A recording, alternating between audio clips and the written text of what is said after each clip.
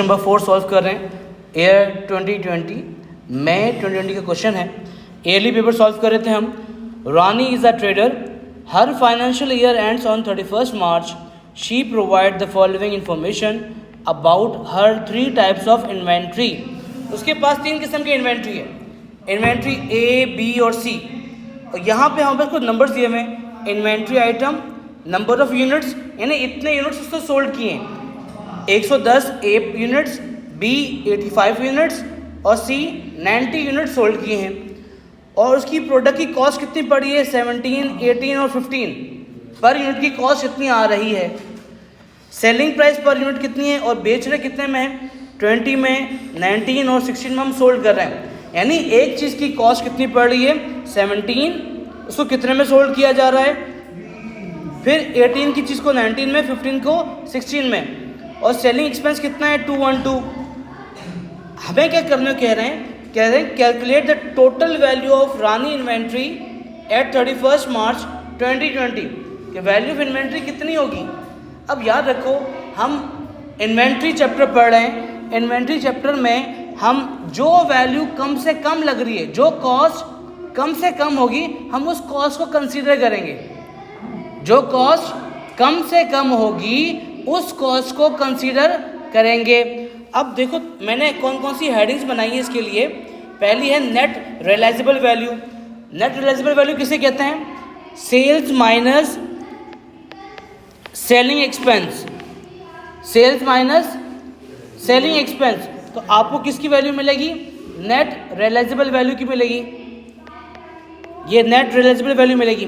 अब गौर से देखें, sales minus selling expense, sales की वैल्यू कितनी की मैंने, 20, और सेलिंग एक्सपेंस की वैल्यू कितनी है, तो यहाँ पे वैल्यू कितनी आ गई।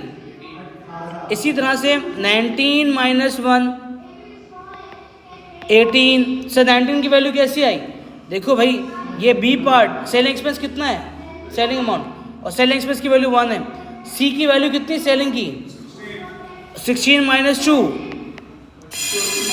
14 वैल्यू आ गई।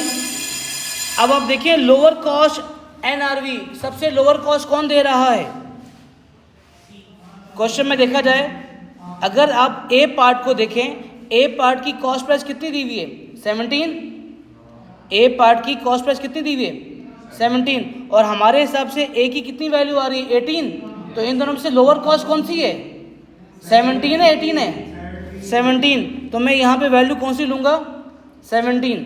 इसी तरह से आप देखो बी पार्ट में, बी पार्ट की कॉस्ट कितनी दी हुई है, 18। हमारे हिसाब से बी की वैल्यू कितनी आ रही है, 18, तो हम 18 ही चूज़ करेंगे। और सी में देखो, सी की कॉस्ट पर यूनिट कितनी गिवन है, और हमारे हिसाब से कितनी वैल्यू आ रही है, तो हम 14 चूज़ करेंगे, क्योंकि लोअर कॉस्ट चूज़ की जाती है। ठीक है, अब नंबर ऑफ यूनिट्स कितनी बेची है हमने, क्वेश्चन में लिखा हुआ है, कितनी बेची हमने, 110, 85 और 90। ओके बेटा मल्टीप्लाई कर दो, 110 मल्टीप्लाई बाय 17,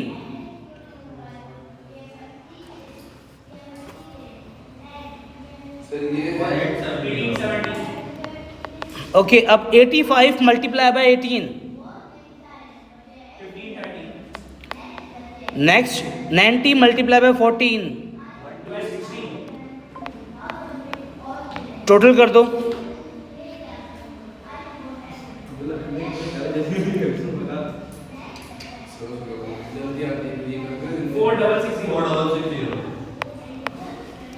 ओके आगे मूव करते हैं।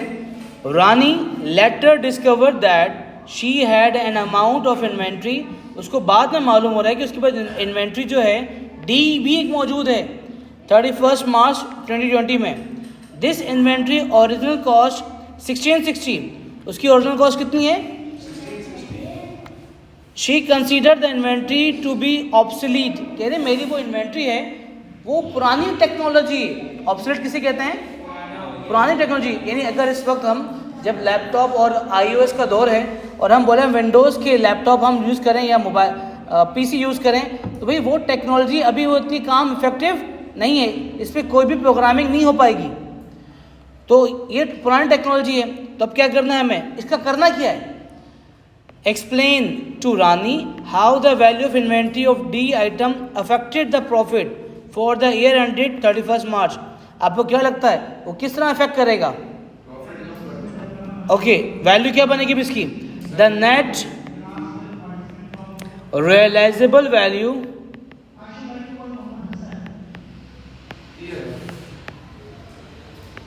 is lower than the cost,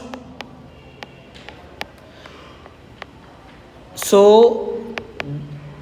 the D should be recorded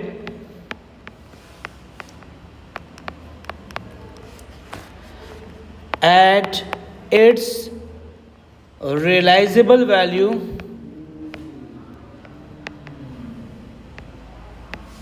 of 0. There will be no effect